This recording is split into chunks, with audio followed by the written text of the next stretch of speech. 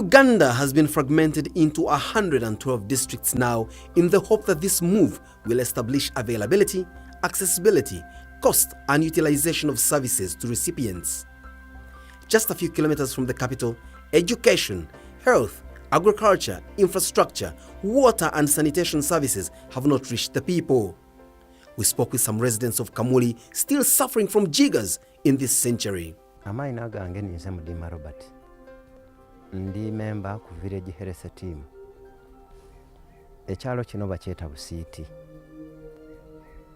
Emirimu gye tukola nga ba VHT tukubiriza abantu okubalinkinga ku madwaliro n'okwegamba nga tuligeza kuyina abantu babe n'obulamu nga balamu.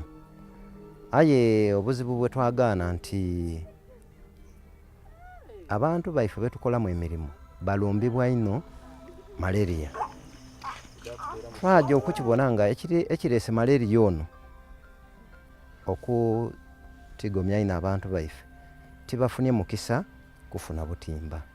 Kyaba nti ekintu kino kibaleetere n'obwavu kuba buli saawa bajja kwidandaba misuuda. Ate twaba n'obuzibu nti omuluka guno tuzira idwaliro lya gavumenti. Abantu we basobola okujja bafuna services ed'obwereere. Kyaba nti we badenda batambula engendo mpanvu.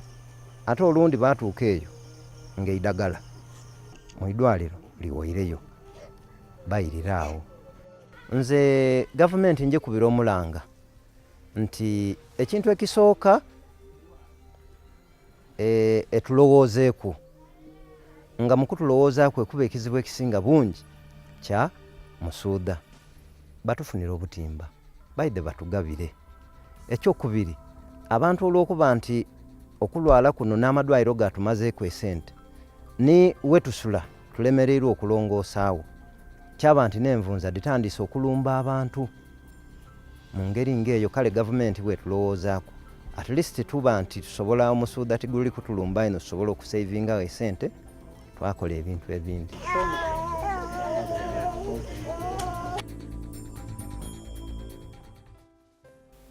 Such scenarios indicate that it's no longer possible to run a centralized government because the services do not reach the recipients.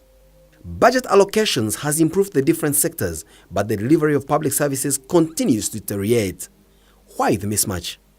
We debate the delivery of services.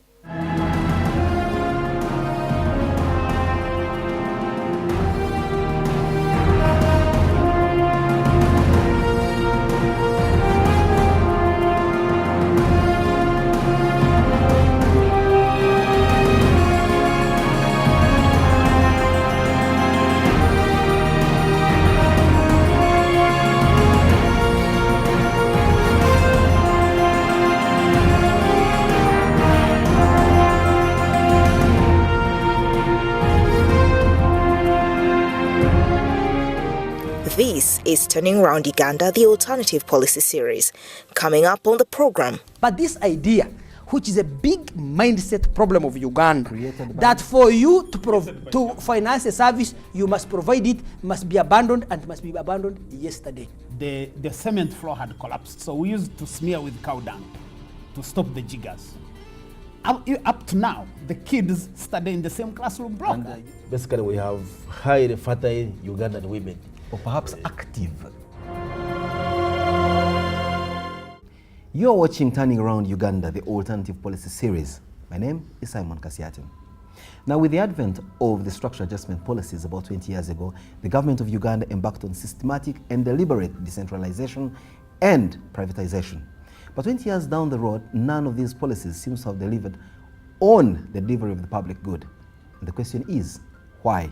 To discuss this evening, we're joined by Mr. Godbert Mushabe, a social entrepreneur, a lawyer and researcher who has carried out extensive research in this regard. He's also the executive director of the Advocates Coalition for Development and Environment. I'm also joined by a member of parliament leaning to the yellow side, Honorable Chris Baryomunsi. He's a member of parliament for Chinchizi County East, so to speak. And together with these two gentlemen is Mr. Andrew Mwenda, seasoned journalist and also entrepreneur. I'll start with you, the journalist, who should be able to at least break the ice this evening. At the dawn of independence, Uganda had far less money but delivered much more with regard to the public good. Today, 50 years down the road, we have a lot more money and delivered a lot less. Why that disconnect? Well, first of all, I disagree with your introductory statement that privatization and decentralization have delivered nothing in terms of the public Not good. much. I should tell you that actually the best decision the government of Uganda was to divest itself of doing business. If you look at privatized enterprises, most of them, not all of them, but most of them are performing very well. Whether you look at Stanbic Bank, Sheraton and Nile Hotels, whether you look at Uganda breweries, Coca-Cola, Pepsi-Cola, all these were owned by the government of Uganda to a significant degree. Once government of Uganda divested its shares in banks like Barclays Bank, these banks have been taken over by the private sector. They have innovated new products, they have employed technologies, they have